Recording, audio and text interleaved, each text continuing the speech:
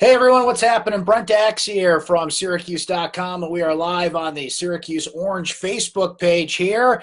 And we are coming off the heels of a pretty, do we call it stunning? That's the question we're going to ponder amongst many here in the wake of a 68-62 loss by the Orange to Old Dominion at the Carrier Dome. It is a loss that ends a 5-game winning streak for Syracuse, and it puts a much stronger emphasis on Tuesday night's game against Buffalo at the Carrier Dome, a top 15 opponent that comes in. And as we found out last year, Syracuse beating Buffalo, even in December, was a massive non-conference win. And now this game turns out to be a big opportunity for Syracuse again, and a much-needed bounce back for Syracuse because they're in the hole a little bit here in non-conference play after what was, again, I'll ask the question, was it really a stunning loss today by the Orange? So we are here live. Please like and share this post if you are checking us out live. Let people know that we're here afterwards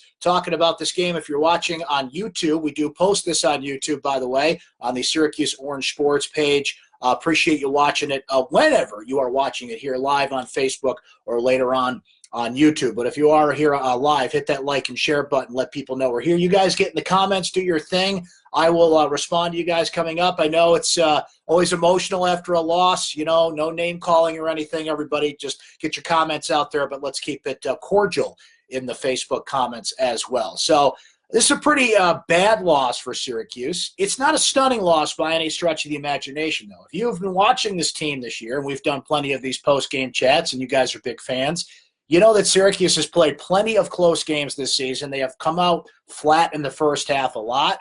And sometimes they recover in the second half and win and pull away. Sometimes they recover in the second half and do just enough to win. Think of the Cornell game, just enough to win. Think of even the Georgetown game, just enough to win. It took a Tyus Battle buzzer beater to beat them. Northeastern, a couple other games for the Orange. They pull away, and the final score looks good, but we know that it was a lot closer there. So the Orange have been playing with fire all year. And here comes Old Dominion into the Dome today. And Old Dominion did something that a lot of teams have not been able to do.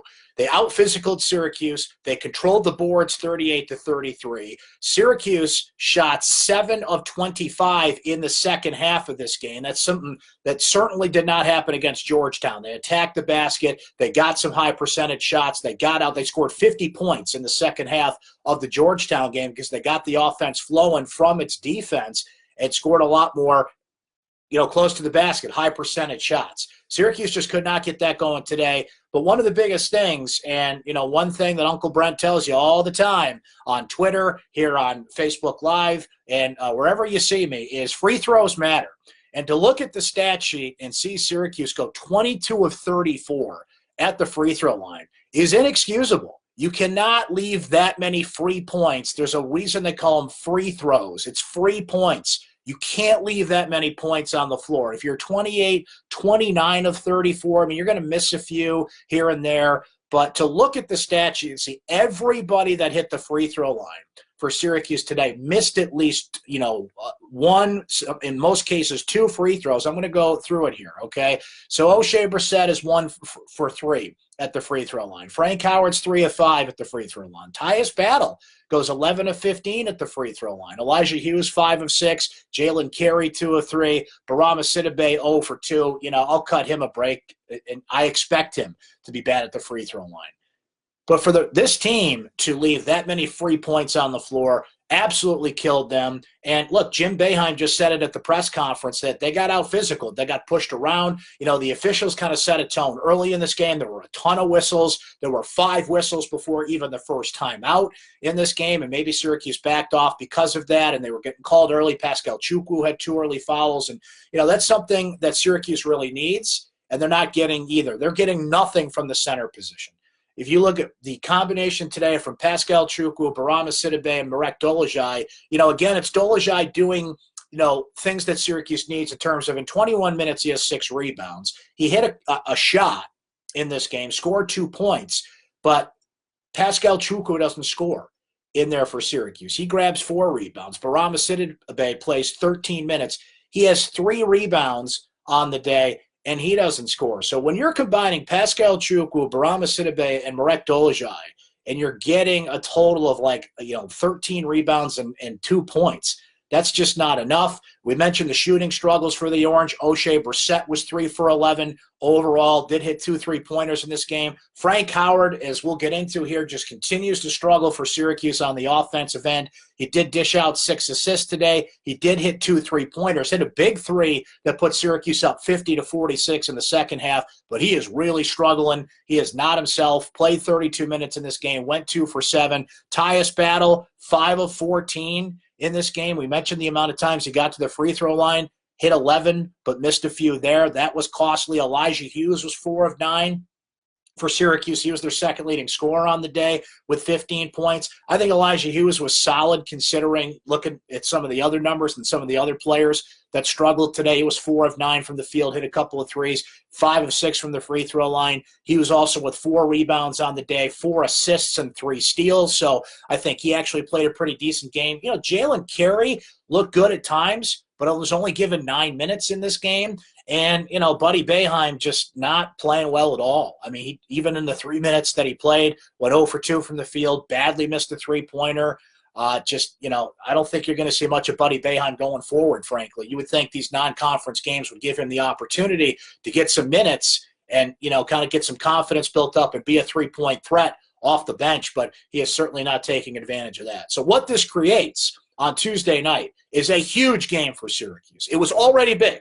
No matter what happened today against Old Dominion, and a lot of you are probably saying, Old Dominion, come on, what's up with that? How does Syracuse lose to a team like that? And I absolutely don't blame you for that. I am not going to sit here and excuse this. I'm not going to sit here and tell you Old Dominion is a team that should beat Syracuse. That's absolutely not the case. But in the for what it's worth category, Old Dominion is a first-place team in their conference. They have a good coach. They're 26th in the country coming into this game in defensive efficiency. Their point guard is considered one of the best point guards in the country. And let's see, just looking at some numbers, Caver today, didn't exactly dominate Syracuse. It was Stith. Stith comes in, scores 18 points. I believe BJ Stith, and I believe all those were in the second half. If not, a majority of that was in the second half. He dominates on the boards, 10 rebounds for the Monarchs on the day. So they had a few decent players. They're good on defense. They had a couple of three-point snipers, but in no way, shape, or form should Syracuse lose this game. Old Dominion had not defeated a ranked team on the road since 2006. That's 12 years since they pulled that off, and they pulled it off at the Carrier Dome today. So what it sets up is a huge game Tuesday night, because last year, with how Syracuse played it so close to the vest, was literally the last team in the tournament. You start looking at non-conference wins. You start looking at the quad system, and this year they've got the new rankings that the NCAA is doing. They call it the net rankings, right? And nobody's really sure how this all works. But here's what I do know. Syracuse has 3 non-conference losses in its back pocket now that you cannot have. Connecticut, Oregon, and Old Dominion. Their wins are Ohio State, the big ones anyway, are Ohio State and Georgetown. If you can get a ranked win Tuesday night over Buffalo, it kind of evens out now. What it represented already was to kind of tip the scales in Syracuse's favor on Tuesday with this win in your back pocket. Well, they didn't get that now. So now you got to beat Buffalo Tuesday night. You certainly have to take, care of business against Arkansas State next Saturday at the Dome. And then you got St. Bonaventure coming in, who's certainly not as good of a team last year as they were, but Syracuse has, what's the word? Struggled wouldn't be fair, but Syracuse hasn't put anybody away when they really need to all season. We've talked about that here and in other places. Some of those final scores are deceiving. When Syracuse pulls away, I mentioned a couple of games already from a Northeastern and some of these scores that we've seen. Jim Boeheim even told me this on the radio this week. The only game they've really controlled and truly represents the score that's there is the first game of the season against Eastern Washington, and that's the kind of eons ago in the way you measure college basketball games. This is a team that is really disorganized on offense. They just kind of stand around. There was a lot better ball movement and flow in the second half of the Georgetown game, and a lot of people have asked me that question about why doesn't this team run? Why can't this team push it? Why can't this team get out and transition more? And look, it's not 1990. You don't have Sherman Douglas out there. You don't have a push-the-tempo point guard. The game has changed, but It doesn't mean Syracuse can't move the ball and can't do some things to create some more offensive opportunities. It's a lot of ISO play, and it's frustrating to watch. It's a frustrating, slow, methodical game. And teams are not intimidated by the zone anymore. They're not intimidated by the way Syracuse plays this, and there's a lot of better teams that are on the schedule. But, this is a game you had to have. If Old Dominion came in and played well and had a great plan and kept it a little closer than the other teams did, that's fine. We've seen that in college basketball. Upsets happen all over the place. I'll check the score while we're talking about here. Ohio State, who Syracuse beat, and that's one of their better non-conference wins, was really struggling earlier. As we talk here live on Saturday afternoon, if you're watching later on YouTube, that Ohio State barely stuck by Bucknell today, 73-71. So, there's teams out there. Buffalo is up big on Southern Illinois as we speak, so it looks like they're well on their way to coming into the Carrier Dome an undefeated top 15, maybe even higher in the rankings when the new poll comes out on Monday, coming into the Dome on Tuesday for that huge game. Okay, let's see what you guys are saying here in the comments section. Martin saying if we beat Buffalo, we'll have to play their best game of the season. There's no question about that. Buffalo is a physical team. They've got a number of players back from their NCAA tournament team that beat Arizona, beat a top seed in the tournament last year. Arizona had a lot of distractions going on. If you remember the Sean Miller thing and the wiretaps and the FBI investigation, that all kind of, how can I put it, was right on the heels of Arizona into the tournament. But Buffalo is a solid team that can push tempo. They're physical. They can do everything on the floor. Syracuse absolutely has to play their best game on Tuesday, their most balanced game, their best offensive game. They've got to push back, and they've got to get something from the center position. They're getting barely anything from the center position, and I hate to include Marek Dolzaj there. He has to keep coming to the rescue and doing something and playing the 5. He's not a 5. He plays the 5 at times. He can play the 5 in certain offensive sets, but you can't play him there long term. Jim Boeheim is absolutely right to say, and frankly, it's obvious to say, when you get Barama Sidibe and Pascal Chukwu out there, you got to get something out of those guys. And more often than not, Syracuse is getting, little to none from those two. When you don't have a center position, it really limits what you can do. John saying, start talking about playing Buddy in a game like this. He needs a grown-up name. What a joke. Well, his real name's Jack, if you want to go down there. And Buddy played 3 minutes and barely registered in this game. But even when he's in, you can tell he's just not ready. He's not ready for this level of basketball quite yet, so I think you're going to see his minutes diminish. Jalen Carey was looking like he was going to push Frank a little bit there. Look, Jim Boeheim is going to stick with experience. He's going to stick with Frank as a good defensive player. But Frank is just, you can tell he's hesitant to take the ball inside. And when you're hesitant to do what you're best at, you can tell that mentally he's not all the way back from that injury. Again, credit where it's due. He had 5 assists in this game, hit a couple of big three-pointers. Frank doesn't waste all his minutes out there, but is he giving you in 32 minutes what you need from your starting point guard at this point? He is not, particularly on the offensive end. You need Frank to be a facilitator, to score, to get inside. That's how he distributes the ball the best. There's only so much Tyus Battle can do. There's only so much Tyus Battle can do in terms of scoring, in terms of getting to the basket, and he didn't shoot well today. O'Shea Brissett, the same thing. O'Shea got away from getting inside today. He had that bad air ball down the stretch. This is a guy that, Syracuse needs to balance things out. He also had a big 3 down the stretch. He can hit that shot. I don't know why people tell O'Shea Brissett not to take that shot at all. He just can't take 8 or 9 3-pointers a game. But he can hit that shot when needed and did it. We mentioned that Hughes was there, but Frank Howard's the missing link in a lot of ways. When you don't have your starting point guard, confident in his ability and only giving you a little bit on the offensive end, no center position, it puts so much pressure on Tyus, Elijah, and O'Shea to carry this team on the offensive end. Let's see. Antonio saying, retire, Jim. Your one-dimensional defensive strategy is old, tired, and embarrassing. Thank you for the many years of great basketball, but it's not great anymore. Whoa, boy, we're going off the rails here in the comments, certainly here. John asking, can Tyus and O'Shea be back next year? They don't seem NBA ready. I don't think you're going to see Tyus come back. O'Shea is still a question mark. I think O'Shea certainly has to develop his strength around the rim. I think he's got to figure out what his real strength is. To go to the NBA, you've got to sit in front of these teams. You got to say, this is what I can do for you. What is O'Shea's strength? What is that one thing that stands out about him that an NBA team can say, I'm going to take you. I'll give you a recent example. Tyler Lydon, right? People kind of wondered if Lydon was worthy of being a first-round pick. You need kind of a description, and Tyler Lydon, fell into the coveted stretch four category. He could shoot, he can rebound, he's got that fall-away jumper. So if Tyler Lydon can go to a team and develop under pro coaching, develop as a professional, then, you take a shot on a guy like that in the first round, right? So you need a hook. And I don't know what O'Shea's hook is at this point. Tyus is just a solid all-around guard. Frankly, there's nothing that stands out about him.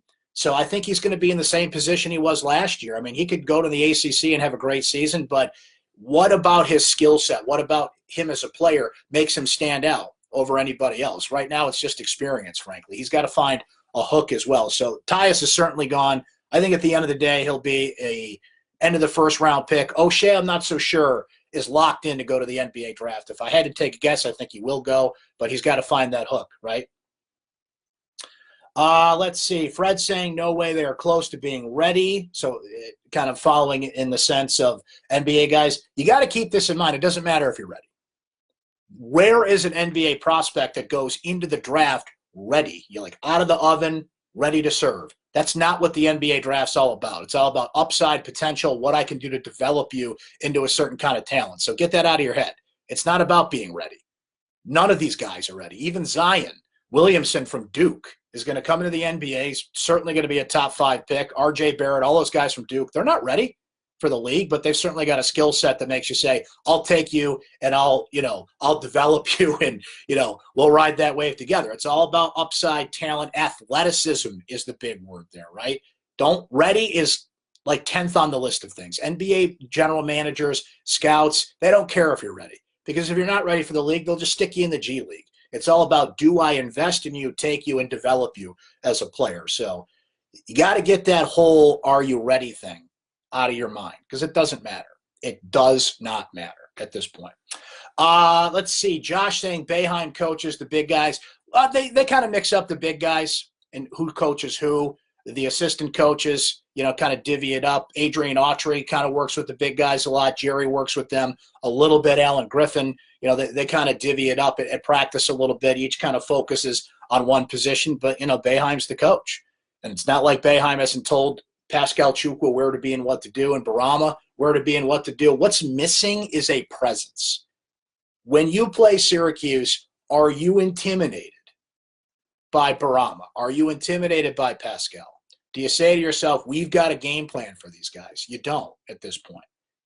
Now, it was a little frustrating from the sense of Pascal picked up a couple early fouls in this game. So once he's got 2 fouls before the first time out, he's going to back off, and he's going to give Old Dominion, or whoever the case may be they're playing, in this case it was Old Dominion, in the paint to develop and move there. But Pascal can't catch the ball right now. He is not a consistent offensive threat. He can rebound here and there, but he fits the model of this team. He just does not come out ready to play and really struggles, and sometimes gives you something in the second half. Sometimes he doesn't. He did in the Georgetown game. He had a few big plays in the second half of the Georgetown game. But bottom line, box score after box score, game after game, you look at that center position, you're like, did you guys even play at this point? So Syracuse just does not have a presence at all in the middle right now, and it's going to hurt them against Buffalo. So somebody brought it up earlier, and it is a great point. They've got to play their best offensive game, their most well-rounded offensive game Tuesday night, and I think that falls on Frank Howard, because between Tyus, Elijah, and O'Shea, someone in that big three is going to score and contribute. Tonight they weren't hitting their free throws, and certainly we're not on par to what we've seen in recent games. We mentioned how bad they shot in the second half collectively. This team was 7 of 25 in the second half in this game.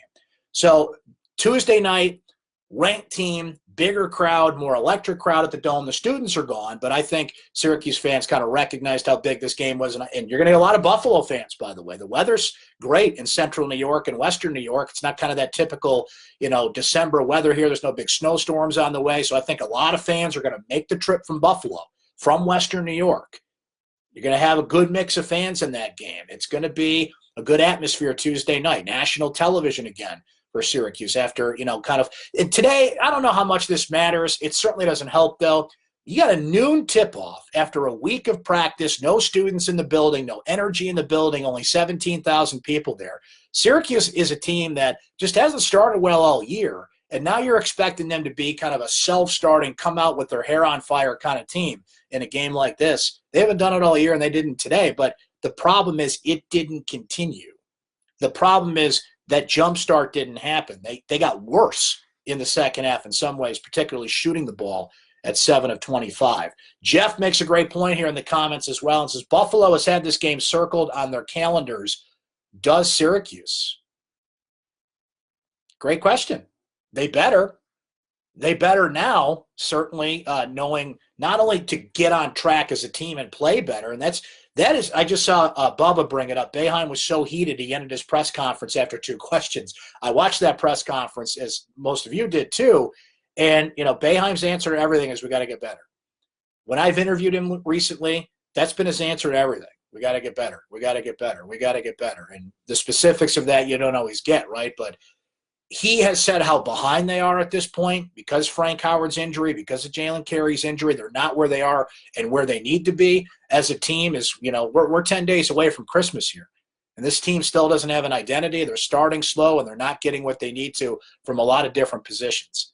Jalen Carey, I think, has developed. There are some positives. He didn't have a great game today, but there are some things you can see and you can track progress, but, they are nowhere where they need to be as a team, which emphasizes how big this Buffalo game is.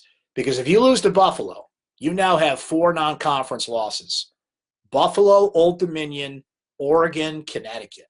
And that is not going to work in your favor if you, let's say, go through the ACC and you are on the bubble once again. And the way this team is playing right now, they're looking like that. We got 3 months of basketball to go here, but they have the look of a team that's going to be 500 in the ACC right now. Can you imagine this team playing a Duke, playing a North Carolina, playing even a Virginia right now? That wouldn't go well for them. So Syracuse teams typically get better and develop and all that stuff, but the look of this team right now, in the whole non-conference-wise, is they're going to be around 500 in the ACC. So that comes back to the tournament committee looks at your net ranking, your quad system, where you fall there. Non-conference games are big. They've never been bigger. That Buffalo win got Syracuse in the tournament a year ago, as we mentioned. We'll see how big this Buffalo game turns out to be this year, but one way or the other, short-term, long-term, it's a big game for Syracuse Tuesday night. And, credit to Nate Oates in Buffalo and the program he's developed out there. And, St. Bonaventure looked like they were back on track for a while there. They're not quite what they were last year, but it's amazing how these non-conference teams are coming in, and this is not only a credit to them, it shows you maybe Syracuse is a little behind where they need to be, but how often have we watched some team come through the Carrier Dome? You don't think much of them, even if they give Syracuse a push, and then you look down the road in March, and you're like, holy cow, that team, they're in the tournament. They came to Syracuse earlier in the season. Well, Buffalo's not one of those teams that surprises you anymore. You know how good they are. Old Dominion, the way they played today, huge non-conference win. If they can win their league, and they're predicted to win their league, they're predicted to be a top team in Conference USA, you may have just watched an NCAA tournament team in the Carrier Dome today. So certainly a struggle for Syracuse all around. And they've got to get it going on the offensive end. They've got to get something from their center position. Their defense, look, Old Dominion, one thing that Syracuse did not take advantage of today, and I'll just pull up the stat while we're yakking about it here. Old Dominion didn't turn the ball over a lot today. 18 turnovers. Syracuse cashed in 22 points off of those turnovers. So they did their job there. The problem was, and Syracuse had a 13-point lead at one point in this game. The free throws that Syracuse didn't cash in, not shooting well, were certainly key. They did cash in their turnovers. Here was a difference, though. Because Old Dominion was so dominant on the boards, 22-10 points in the paint, outscoring Syracuse, and second chance points, 11-0. Old Dominion dominates that stat. Just goes to show you again, it circles back to not having a presence inside and getting nothing out of your center position. But, you give away that much on the free throw line. You're not organized as a team. You shoot 7 of 25 in the second half. Syracuse certainly has a lot of problems that it has to address here, and they've got a big, big game on Tuesday to figure it out. So Syracuse has stepped up in a couple of big games this season, Ohio State being one of them, Georgetown being another. What will they do Tuesday night? Because that's the biggest of them all. That is when we will chat with you again here on the Syracuse Orange Basketball Facebook page. Thanks for hanging out with us here on this Saturday afternoon. Only 10 shopping days till Christmas, right? 9 shopping days technically. Until Christmas. So I hope that's going well for you guys. Hope the rest of your weekend is terrific, and we appreciate you hanging with us here. Thanks to our friends at Krause Health. Right after the game, don't forget that if you're watching this live, we do put it up on YouTube, so you can check it out on your time whenever you want. Please check out my recap on syracuse.com. Mike Waters, Donna Ditota, Chris Carlson, Dennis Nett at the Dome today, providing great coverage as well up on syracuse.com. And we will talk to you Tuesday night after the big one against Buffalo. That's an 8 o'clock tip time Tuesday night, by the way. We'll meet you right back here after that game. Thanks for hanging out with us today on Facebook Live, presented by our friends at Krause Health.